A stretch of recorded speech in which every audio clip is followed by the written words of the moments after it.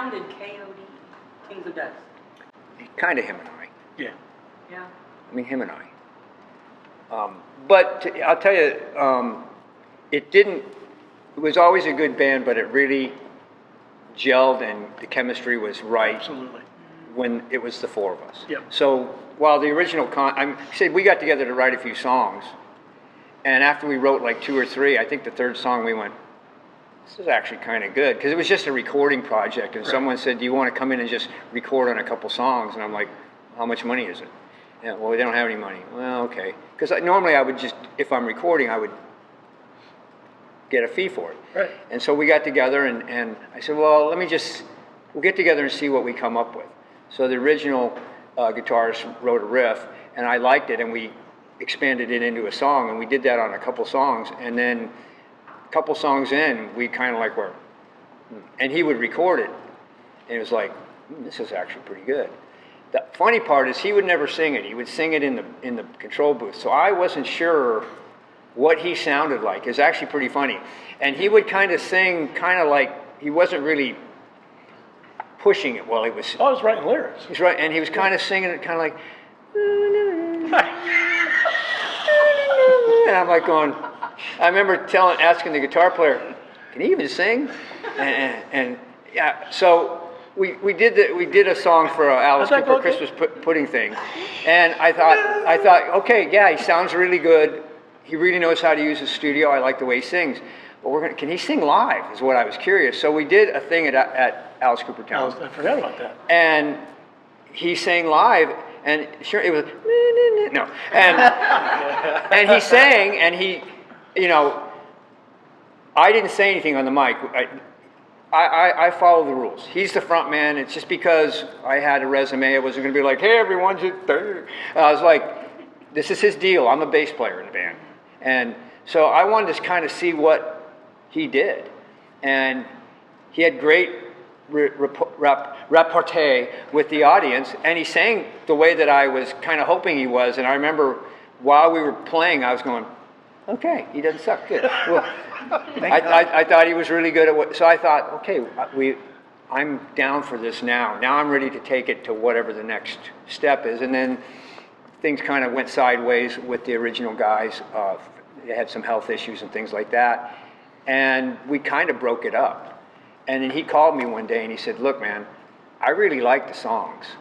And I think there's something for sure that's happening musically between you and I. Let's see if we can find another guitar player and another drummer.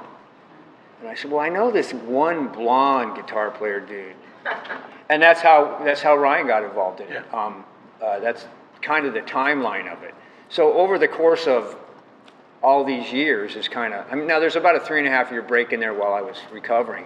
So the record would have come out, possibly 3.5 years ago. However, I think this was the right time and the right. Well, other than the whole pandemic thing. But I mean, yeah, but we can't control that.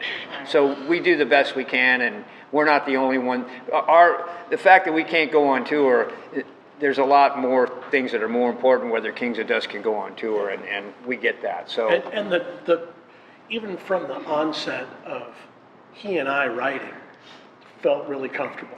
And then when Ryan came in, it felt really comfortable. When Jimmy came in, so everything has been, like from day one, when each person has joined the band, it's like, oh, that's the guy that's supposed to be here. I'm glad we waited on whatever we were going to do, because this is the guy that's supposed to be here, and it's worked out. I'm going to jinx us here because we'll probably get in a full-blown fist fight after this. But we've never had an actual argument about, where you're in a band where, you're arguing about this or that. I want to do this. Well, none of that. It's always been kind of like for the song. If it fits the song, and it makes sense for the song, then that's where we go. And if it doesn't, and if my bass part doesn't make sense, then I got to change it. If Jimmy's drum part doesn't make sense, we're going to change it. And all the way down the line. So it goes to what you said earlier. There's nobody in this band whose ego is bigger than the band. And we're all usually on the same page anyway. Exactly. and For the that's- most part. That was like so 80s. I mean, you know what I mean? Like back in, it's Believe like me, high it goes- school, it young goes back days. Further people than act that. like that. Yeah. And it goes on today. Well, but you know what? I think as people get older, And that is mature, a huge part of it. So you kind of learn what works, what doesn't work, and you kind of. Yeah, and we've all done this for a while, so We're all that. seasoned. Yeah, we are seasoned. Well, and we all know who we are. Right. Yeah. So I don't have to wonder what any of these guys are bringing to the table. You mentioned that I play guitar and drums as well, which I do. I mean, I'm competent on both, but I don't write his drum parts. I wanted a drummer that writes stuff that I can't come up with. And I don't write his guitar parts. I wanted Ryan to, I want to hear what he has to say. It's not really a band if I have to You don't want do all it. that work. Yeah, I don't want Show everybody what to do. you know? So I know what Ryan's gonna deliver, same with Beck. Now, we may talk about certain aspects of it, but we're always pretty much on the same page. And my next question was going to be, like, who is the jokester of the band? Gee. But, I don't know. I'm not sure. It's hard to say. Yeah, I think there's plenty of that to go You around. know what's funny was, we do these other interviews, kind of like a update for our website. And so like we do them, and I don't tell these guys how I'm gonna do it. Because I want the exact reaction that I'm gonna get. So the first one we did it, I did it as Cowboy Greg, and I did the howdy everyone, and they had no clue that I was doing it. And Jimmy's like sitting here, and I'm going through this whole routine about how I got me a new pony at Christmas, and he is just like practically in tears. You know what's going to happen. So then the next time we do it, they kind of know that Cowboy Greg's going to show up, except this time I threw in a Scottish accent and all this stuff. So the reactions you get is like what their reaction really is, because I'm this off the wall all the time. I mean, we all have a great sense of humor, but I'm like nonstop. My wife hates me. Yeah, we've talked about that. You and my wife, hang on here. Hold on. Hold my watch. Scratch and dent sale. Yeah, there'll be a, Scratch and dent sale. any, yeah. any, I'll be the scratched and dent. any drummers out there looking for a gig? And by the way, Joe's Funeral Home, we have a pickup. Okay, here, we're going to do something a little different. So we're going to start with Ryan. Wrong tube. Wait. Yeah, that's right. No, let's start with you. Let's start with Jimmy. Okay. Tell me something about the person on your left. So when you get to Ryan, you get to say something about Jimmy. So, Jimmy, you start and tell us something about Michael. Now, when you say tell something, are you looking for something salacious? Sorry, Nancy. Just, whatever. Maybe something we don't know. Something you don't know? Have you seen his legs? Good I think you know that grief. by now. There's a bunch of chickens in Nebraska going, aren't those mine?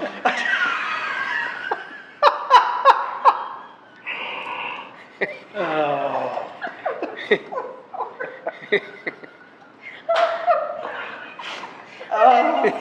Good Lord. Your laughing is going to make me laugh.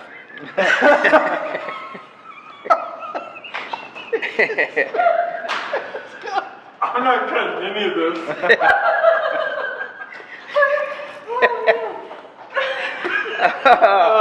Your laughing is doing me in.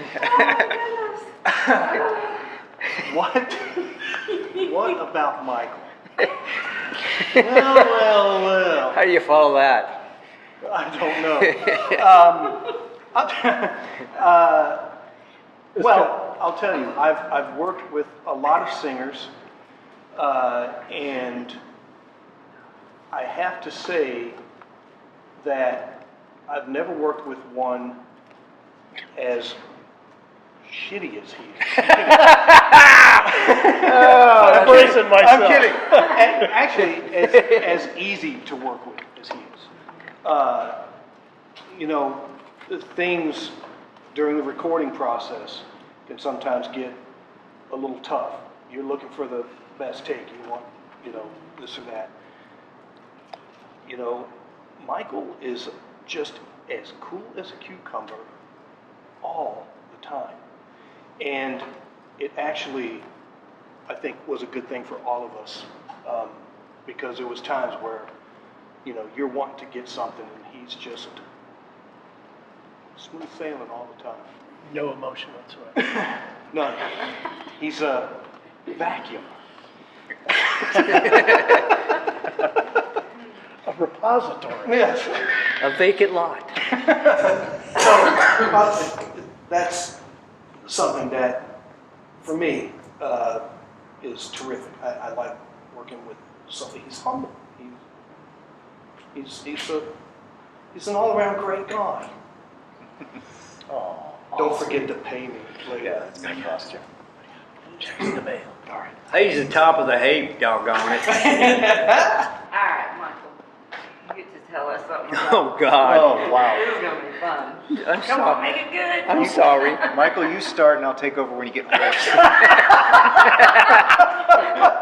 Day 3. Everybody, You know, the everybody beauty needs to say is I'll be the something last about man standing. Item number 740. I mean, it's really the reason that I'm still doing this, is that when, throughout my career, as opposed to most singers which listen to the guitar player and kind of follow the guitar player, I follow the bass player, I always have. It always made sense to me, because if I follow the bass player, I'm in rhythm, I get the swing. Guitar player can do whatever they want. But for me. he's mostly going to be along with him, so if I'm following him, then I know I've got both ends of the spectrum covered. And fortunately for me, when Greg starts playing on like a new riff or a new, you know, something that he's come in with, I hear something pretty quickly. Melodies start happening pretty much right away. And I've said that in interviews before, but that's a huge thing. I mean, it's writing a song is harder than it looks. So if I can come up with melodies moments after he starts playing, I don't question that. That's a good thing. And I'm just going to go with that. You know, if you could just write something. Now, if I other could than just about the write devil. something that doesn't include the devil, we'd all be in good shape. Yeah. Oh, Oh, shit.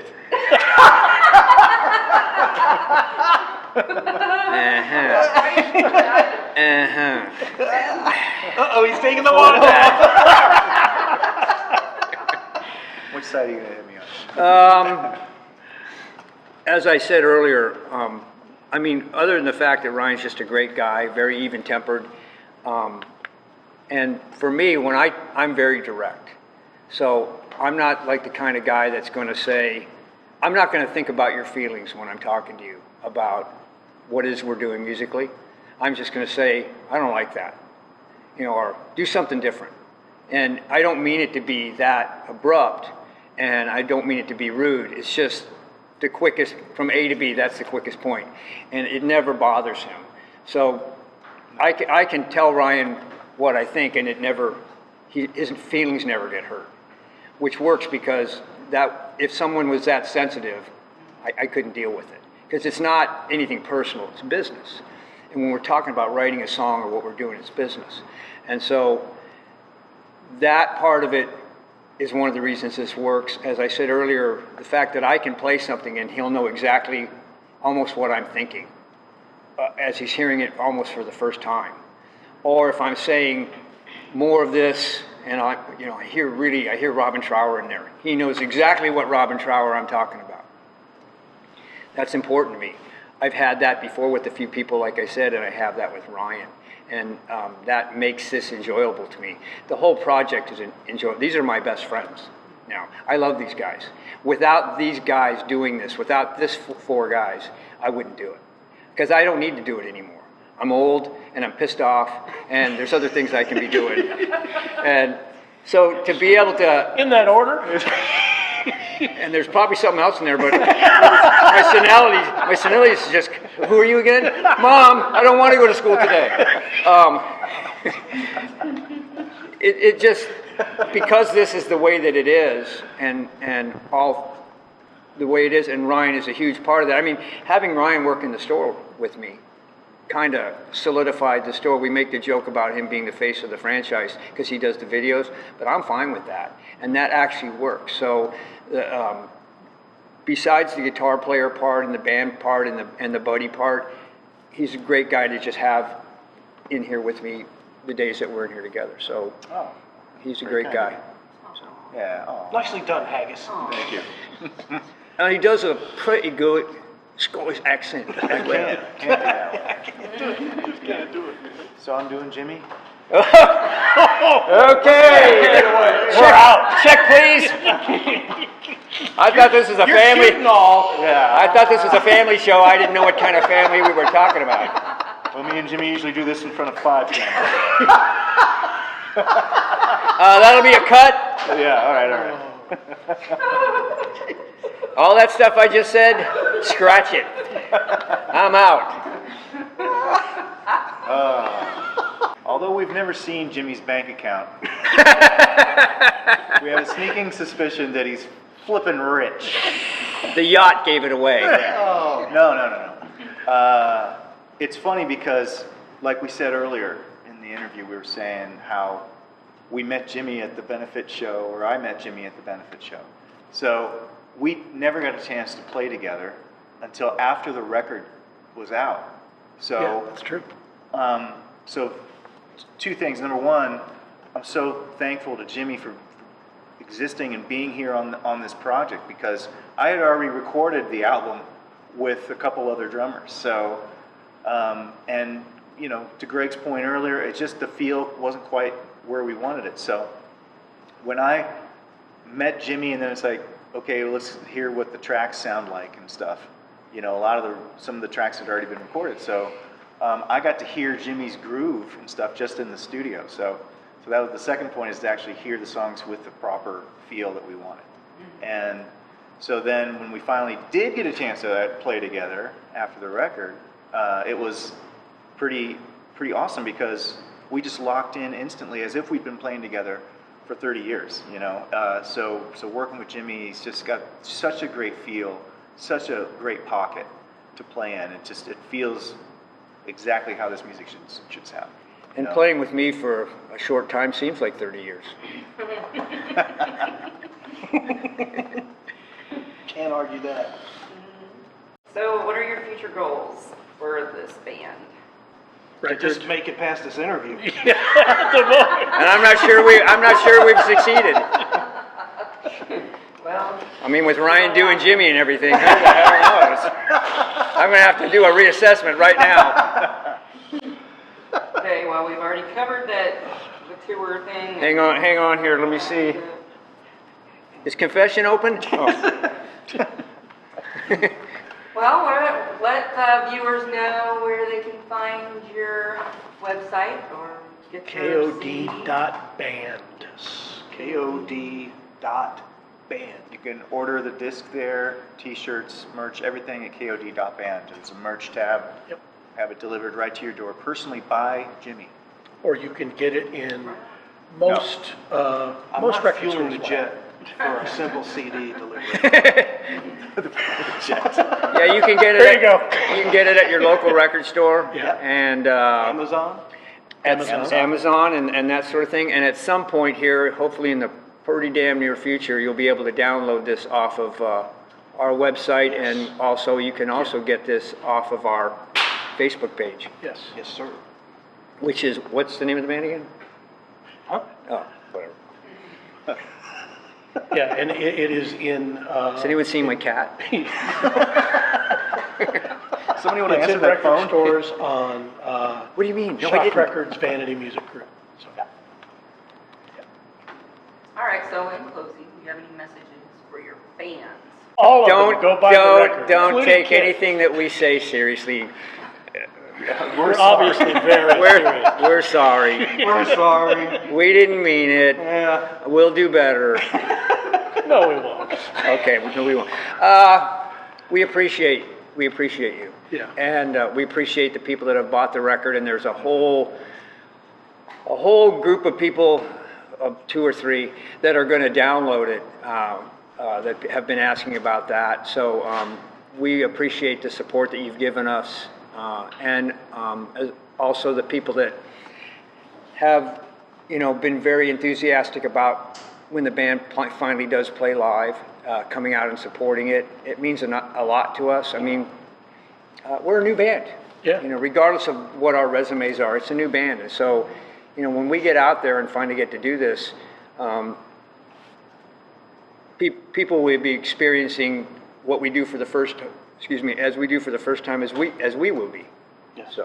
So it's going to be interesting. So, There's been some great videos that fans have posted on the Facebook page of them listening to the record while driving the car or Doing various things. it's been really cool. Cool to watch that. as I told my wife, it'll never be boring. So we appreciate the people out there, and Yeah. we hope to be able to deliver the goods here, and Hope to see them soon. hope to see them soon. Yes. Wouldn't that be great? Yay, that was awesome. All right, well, thank you so much for Thank your you. time.